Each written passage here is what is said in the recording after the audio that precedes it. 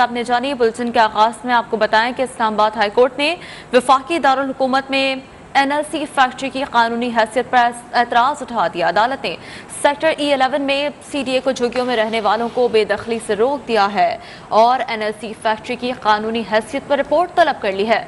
अदालत ने इस्तफसार किया कि ये NLC की फैक्ट्री वहां कैसे बन गई। ये इंक्वायर्ड लैंड है, ये एक एक्वायर्ड लैंड है। क्या NLC इजाज़त लेकर इतनी बड़ी कंपनी बनाई है? क्या उनके लिए कोई कानून नहीं, जिसकी मर्जी है वो कहीं भी कि फैक्ट्री लगा लें या कुछ भी कर लें? अगर वो फैक्ट्री गैर कानूनी है तो गिरा दें, अगर कानूनी है तो अदालत को बताया जाए।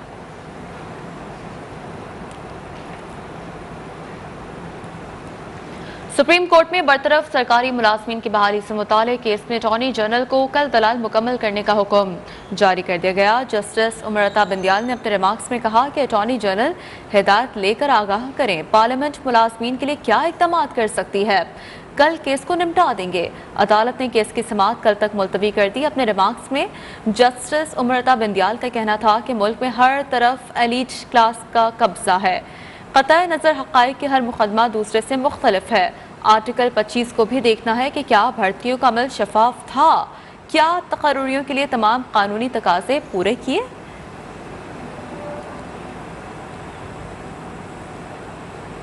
इस्लामाबाद पुलिस के PSI सफारतकार को FIA ने गिरफ्तार कर लिया। उन्हें हसास मुकदमे की तफसीलात फराहम करने के इल्ज़ाम में गिरफ्तार किया गया है। FIA हुकाम के मुताबिक मुलजिम ज़हूर अहमद ने गैर मुल्की सफारतकार सद जिना एवेन्यू पर मुलाकात की थी और ये मुलाकात जो कि जिना एवेन्यू पर हुई थी उनकी, और उससे हसास मुकदमे की मतलूबा मालूमात के हवाले से ये मौक़िफ़ है जो कि सामने आ रहा है कि उन्हें हसास मुकदमे की तफसीलात फराहम करने के इल्ज़ाम में गिरफ्तार किया गया है।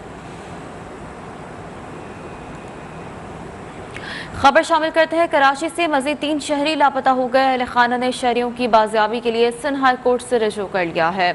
अदालत का शहरी रियाज मोहम्मद आरिफ और सैयद हुसैन को बाजियाब कराने का हुक्म जारी करते हुए अदालत ने IG सिंध, DG रेंजर्स और दीगर को नोटिस जारी कर दिए हैं।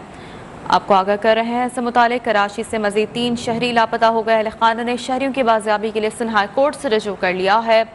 अदालत का शहरी रियाज मोहम्मद आरिफ और सैयद हुसैन को बाजियाब कराने का हुक्म जारी करते हुए अदालत ने IG सिंध, DG रेंजर्स और दीगर को नोटिस जारी कर दिए हैं। फरीकैन को लापता अफराद की बाजियाबी से मुतालिक रिपोर्ट्स पेश करने का हुक्म दे दिया है। दरख्वास्त गुजार का कहना था कि रियाज आरिफ, सैयद हुसैन को जमान टाउन, मेहरान टाउन, कोरंगी से उठाया गया।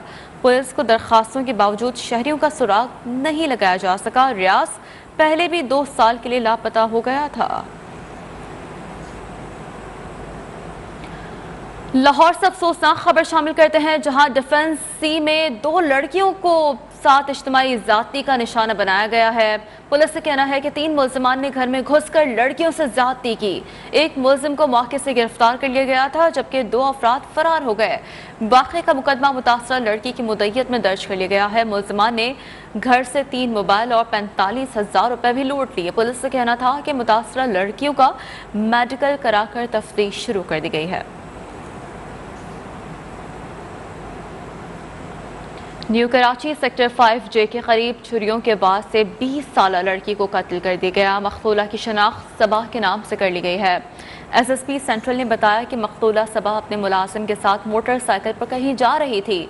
वारदात में मकतूला का पड़ोसी मुलव्वस है। कत्ल करने वाला मुलजिम फरार हो गया, जबकि पुलिस ने 3 भाइयों को हिरासत में ले लिया।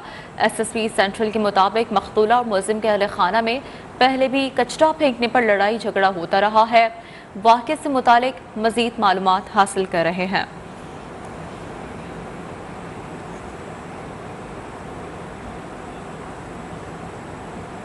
और अब कुछ तस्करा बढ़ती महंगाई और मिनी बजट का। आवाम महंगाई का एक और झटका बर्दाश्त करने के लिए तैयार हो जाए। हुकूमत चंद रोज में मिनी बजट पेश करेगी, जिसमें 350 अरब रुपए के GST छूट खत्म की जाएगी। दरामदी आसाइशी सामान और अशिया तायुश पर कस्टम ड्यूटी भी बढ़ाई जाएगी। मिनी बजट में मजीद क्या होगा, जानेंगे नुमाइंदा न्यूज़ 1 राहील हसन से। जी राहील, आगाह कीजिएगा मिनी बजट से मुतालिक। जी, IMF प्रोग्राम की बहाली और उससे $1 अरब की किस्त के हसूल के लिए हुकूमत ने फैसला किया है कि एक मिनी बजट पेश किया जाएगा, जिसके अंदर तकरीबन 350 अरब रुपए के टैक्स जो छूट है वो ख़त्म कर दी जाएगी। मुतअद्दिद अशिया पर जो सेल्स टैक्स था वो 5% कम रखा गया था, और ताकि आवाम को ज़्यादा से ज़्यादा रिलीफ दिया जा सके, जिसके अंदर ख़ास तौर पर खाने पीने की अशिया थी, अद्वियात थी और दीगर जो साजो सामान है वो था। और उस पर अब फैसला किया गया है कि टैक्स छूट ख़त्म करके 17% यकसा सेल्स टैक्स जो है वो आयद कर दिया जाएगा, जिससे महंगाई होने का एक खदशा जाहिर किया जा रहा है। उसके साथ साथ जो बरामदी मशीनें हैं, मशीनरी है, उसके ऊपर भी जो है वो सेल्स टैक्स बढ़ा दिया जाएगा। उसके साथ साथ जो दरामदी पुरतइश अशिया हैं उस पर कस्टम ड्यूटी में भी इजाफा कर दिया जाएगा। लेकिन पेट्रोलियम मसनूआत का अभी हतमी तौर पर सामने नहीं आया है कि पेट्रोलियम मसनूआत पर भी सेल्स टैक्स में इजाफा किया जाएगा या नहीं, क्योंकि हुकूमत ने जब आलमी मार्केट में पेट्रोलियम मसनूआत की कीमतें बढ़ी थी तो उस वक्त सेल्स टैक्स में कमी करके आवाम को रिलीफ दिया था, और इस वक्त सेल्स टैक्स कम से कम आवाम से मौसूल किया जा रहा है। अगर वो 17% पर आयद किया जाता है तो सही। तो राहील हसन हमें मिनी बजट से मुतालिक आगाह कर रहे थे, शुक्रिया राहील। रुख करेंगे लाहौर का, जहां रोज बरोज बढ़ती महंगाई का सिलसिला थम ना सका। सब्जी, फल, मसालाजात, आटा और दीगर अशिया खुरनोशी कीमतें आसमान से बातें करने लगी हैं। गरीब दो वक्त की रोटी से भी महरूम होने लगा है। मजीद अहवाल इस रिपोर्ट में है। चीनी, घी, दालें, सब्जियां, फल और दीगर अशिया ज़रूरिया की जो कीमतें हैं वो आज आसमान से बातें कर रही हैं। और ऊपर से एक नई इतलात जो आ रही हैं वो ये है कि वफाकी हुकूमत की तरफ से एक और नया मिनी बजट जल्द पेश होने को है। इस हवाले से अवाम क्या कहती है कि नए मिनी बजट में वो क्या गवर्नमेंट से उम्मीद रखती है, और महंगाई के बारे में लोगों का क्या कहना है, उन्हीं के पास चलते हैं कि लोग क्या कहते हैं।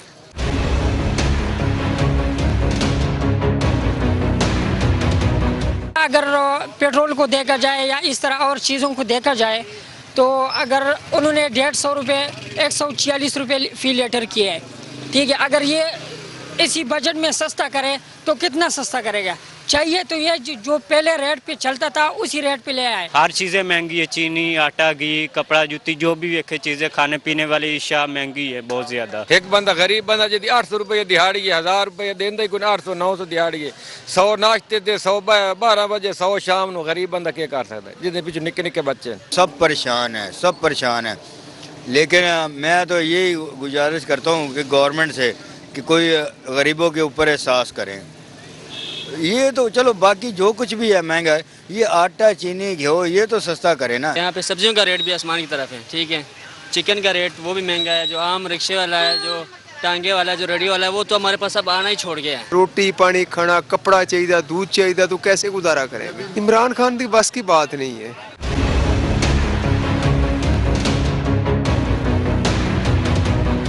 अशिया खुर्दोनोश खरीदने के लिए मार्केट में आने वाले शहरियों का ये मानना है और ये मुतफ़िका फैसला है कि इमरान खान गवर्नमेंट के बस की बात नहीं कि वो महंगाई को कंट्रोल करे, गुड गवर्नेंस करे, या वो वादे जो उन्होंने हुकूमत में आने से पहले किए थे उन पर मुकम्मल तौर पर अमल पैरा हो सके।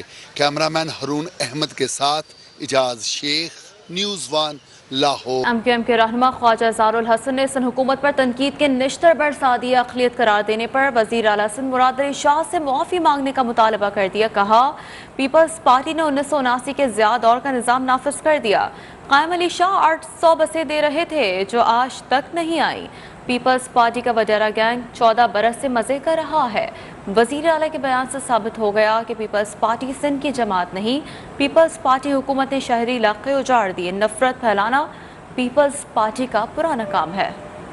आपने ख़त्म कर दिया सिंध पीपल्स लोकल गवर्नमेंट 2012 और ज़ियाउल हक का कानून लिया है, और उसके बाद 2013 का जो आप लाए वो 3.5 मिनट में हमने पास किया। बिल्कुल वाज़े तौर पे हमने तय किया कि इनका नाम हमने रखा वडेरा गैंग। वज़ीर आला के मनसब पे मौजूद एक शख्स जिसने पाकिस्तान से वफादारी का ओथ लिया हो और वो कहे कि हमें पाकिस्तानी समझो वरना कुछ और सोचने पर मजबूर, तो वही पाकिस्तान ना खप्पे की आवाज़ एक बार फिर आएगी। और हम समझते हैं, हम इसकी शदीद तरीन मजम्मत करते हैं। मुराद अली शाह साहब को इस पर माफ़ी मांगनी चाहिए सिंध के अवाम से, पाकिस्तान के अवाम से और बानियाने पाकिस्तान से। आपके बिल की तमाम जमातों ने, तमाम कौमियतों ने हिमायत नहीं की, तो आपने कहा हमें पाकिस्तानी समझो वरना हम कुछ और सोचेंगे। मुराद अली शाह साहब के इस जुमले के बाद ये तय हो गया कि पीपल्स पार्टी सिंध की जमात है। मुराद अली शाह साहब को ये कहा कि आप शर्म करें, ऐसी बात करें। सिंध के लोगों ने वोट दिया तो 40% सिंधी अपोजिशन में भी तो हैं। ये जो जुमले नफरत के थे, ये पीपल्स पार्टी का पुराना काम है।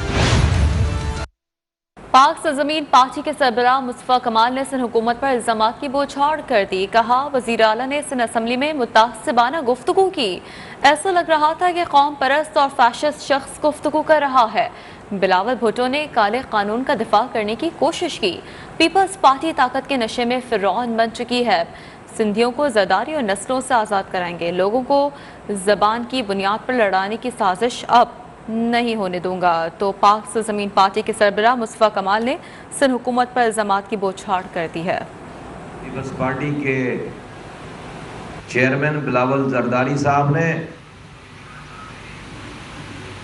स्टेटमेंट दिया और अपने काले कानून को बड़े काले तरीके से डिफेंड करने की कोशिश की। झूठ बोला कि ये तो बहुत ज़्यादा अच्छा और बड़ा डिवॉल्व, पहले से ज़्यादा डिवॉल्व कानून है।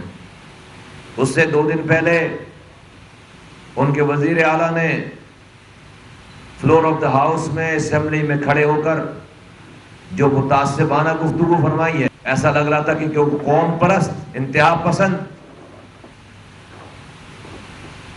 नेशनलिस्ट, फाशिस्ट किस्म का शख्स अपने ख्यालात का इजहार कर रहा था। हमारी असल फतह का दिन वो होगा कि जब सिंध इस पीपल्स पार्टी के चुंगल से आजाद होगा। तुम ताकत के नशे में इतने पागल हो गए हो कि तुम हमें अक़लियत का ताना देते हो, तुम हमें दहशतगर्द का ताना देते हो।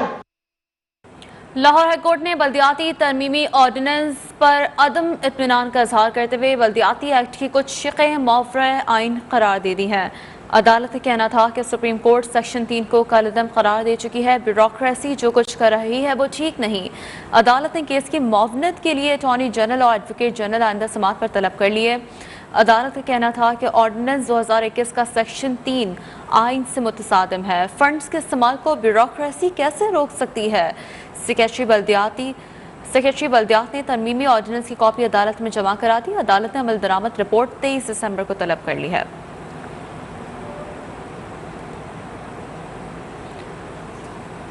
जिना अस्पताल कराची में यंग डॉक्टर्स का एहतजाज, मुजाहिरीन आपस में ही लड़ पड़े। दोनों ग्रुप्स में खूब कशीदगी हुई। यंग डॉक्टर्स ने एक दूसरे पर लातों और मुक्कों की बारिश कर दी। धक्कम पेल में कई डॉक्टर्स जख्मी हो गए। पुलिस और रेंजर्स को बुलाना पड़ गया।